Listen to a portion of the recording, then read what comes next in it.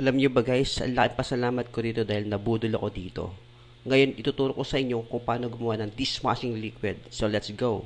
First, mag-prepare tayo ng 15 liters na tubig. Ang ginamit ko dito ay 1.5 na bottle. Isunod natin ang S-less.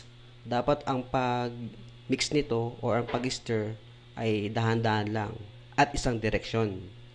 Isunod natin ang foam booster powder. Dahan-dahan natin ang paghalo. Isunod ang foam booster, at least 5 minutes ang laging paghalo at one direction lang. Isunod natin ang 5-in-1, dahan-dahan ang paghalo syempre. Isunod naman ang degreaser, dapat dahan-dahan sa paghalo. Isunod natin ang scent, at least dahan-dahan sa paghalo. Ang pinili ko nga pala ay bubble gum. Isunod natin ang colorant, ang pinili ko nga pala ay color blue. At panghuli, ilagay mo na ang thickener or industrial salt. So, ang paghalo ay dahan-dahan lang at least 30 minutes.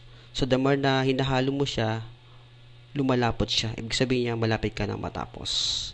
So, ito ang before at ito naman ang after. Halos naka 17 liters ako. At least, hindi ko man ito ibenta, nakasave pa rin ako sa aking pamilya.